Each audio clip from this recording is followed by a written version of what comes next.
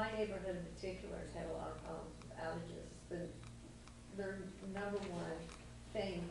But Mike has been wonderful. He's come to our meetings, executive meetings, and they really appreciate your communication. I mean, we have a lot of problems with trees. But their other thing, as you well know, is the communication for multi-day events. So I just wanted to commend Mike on what outstanding job he has done with my community, even though we haven't got all our problems resolved. I think you've done a very good job, Mike. I appreciate you. Thank you. I appreciate the community's patience as we work with them to make a better situation for them. And certainly, we've involved a lot of folks at KUB who are looking at not only Lakemore Hills, but these other neighborhoods to make the situation better. So thank you for those comments. Sure. Mike, has the Yes, sir. way you capture data changed in the last, well, since we've had a tree panel review? Are we more thorough? Are we using technology more? Is it the same? It's the same, Commissioner. I'm trying to remember, I think we expanded our categories. We have different cause codes. Different cost More codes, refined right? cost Those buckets, those are the 5 big categories. Anytime our crews respond to an outage and their mobile unit in the truck, when they go out there, they say, this is what the cause was, and it rolls up those 5 events. So we've been able to capture that for several years since we had our outage management system. And we continually refine that to make sure we capture the data that we need.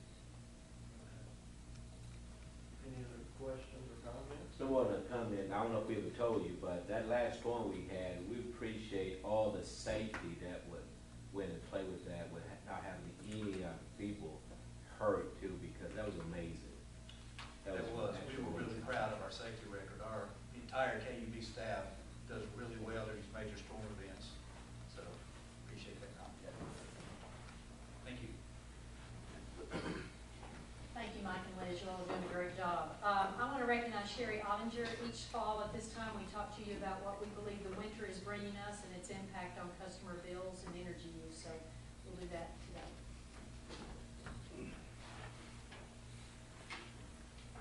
Good afternoon, Commissioners. Today I do have 2 main items to report to you. The first item is that KUB is in full compliance with Resolution 970, which concerns our natural gas contracting activities. And then the second item that I will discuss will be bill projections for the upcoming winter. Some of these slides will appear familiar to you. They are virtually unchanged from last year, so I'll try not to belabor them. Resolution 970 was adopted in 1998, and it does provide us with the authority to purchase and transport up to 160,000 decatherms of natural gas per day. We are currently within that limit, and I will say that operationally, that does meet our needs. Our peak for the system was set in January of 2010, and that peak is 119,000. And also, for our storage cap, we are also within that limit. In addition to the purchasing authority, the resolution also provides for some sales authority on a very limited basis. And as we discussed last year, the main area in which we use this is an industry term called capacity release. To the extent that we have space available on the pipeline that will not be needed for a period of time, we can resell that to other parties. In the past, KUB will have done a capacity release for anywhere from 1 month to 3 years. In recent years, it is definitely of a much more shorter duration. We typically might see a 2 or 3 month release, particularly during the summer months.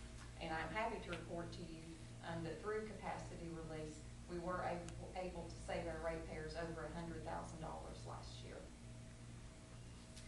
As far as our activities this fall, we do have 2 contracts that we renewed. We again renewed with EQT for 5,000 decatherms per day, and we also signed a contract with CNX for 5,000 decatherms per day.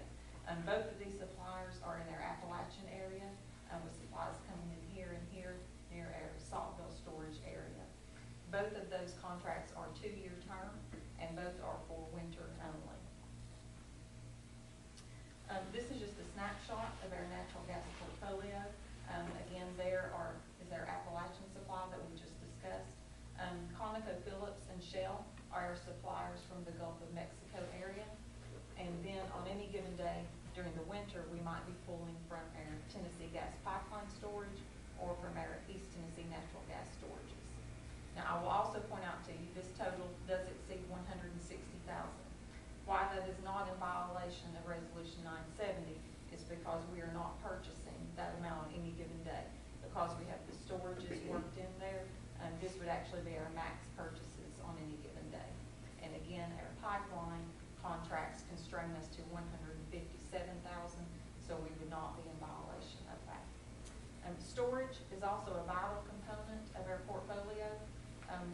In a typical year, we would bring approximately 10 million decatherms into the Knoxville system.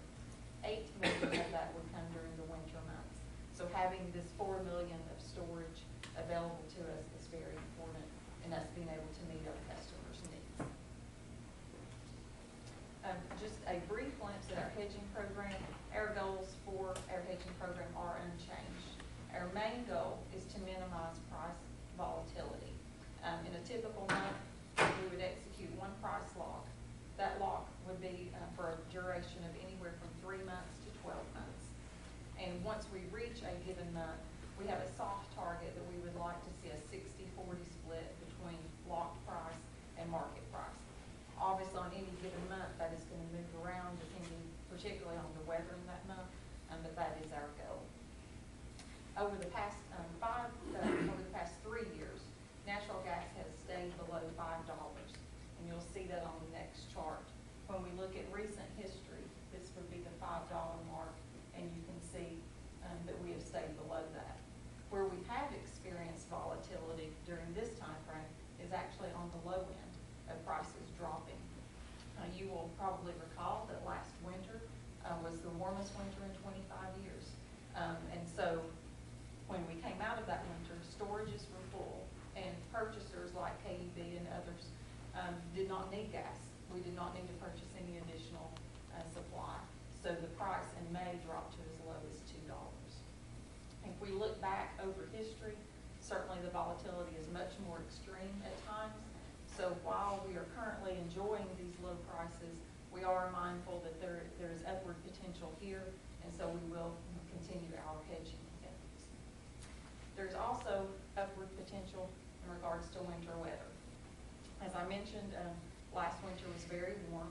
I think since last spring, you have heard us talk about the impact of that on their financial statements, particularly in the gas division. But for our customers, both electric customers and gas customers, there was a benefit to that warm winter. Lower energy usage translates to lower bills. This coming winter, if we return to normal weather, we would expect our customers' usage would go up, and their bills would then return to a more normal level. And we show that on this chart. What we have here on the left are winter average gas bills, and we have the past 2 winters with our projection that reflects normal weather for the upcoming winter. And while the amounts are different, whether it's gas or electric, you can clearly see that the pattern is the same.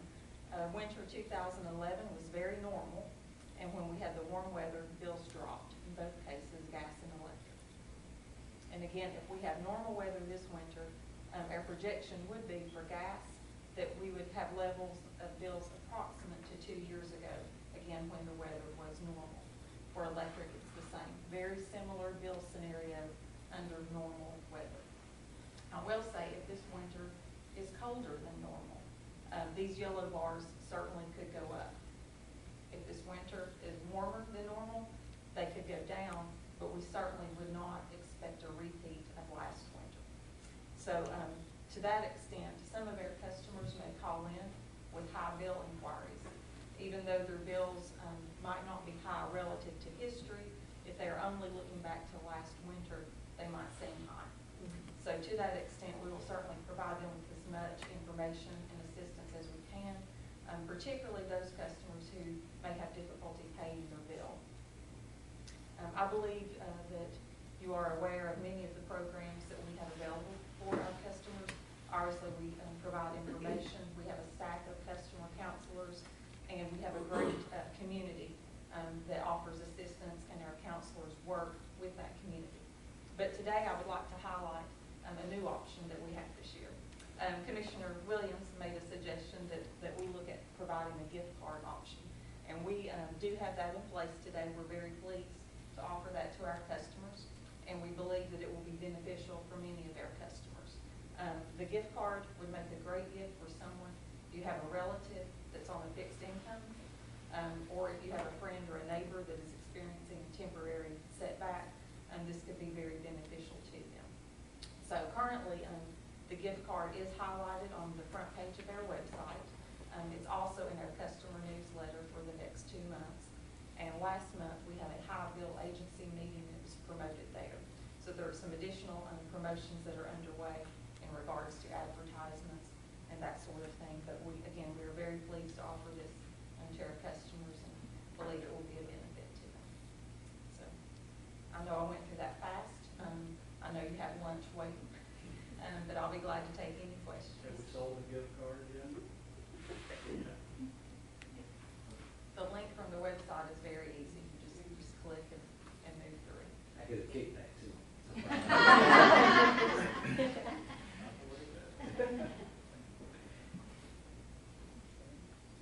Questions?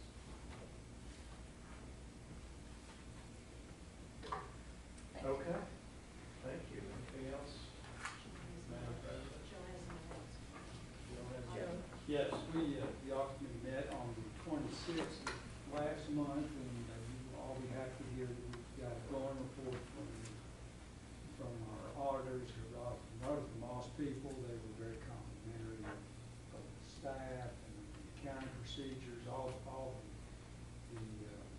we had no exceptions, so I think it was a really, really good audit. I appreciate the audit committee. We had several things to do this year, and we were able to worry through them, to get them resolved. So I'll answer any questions.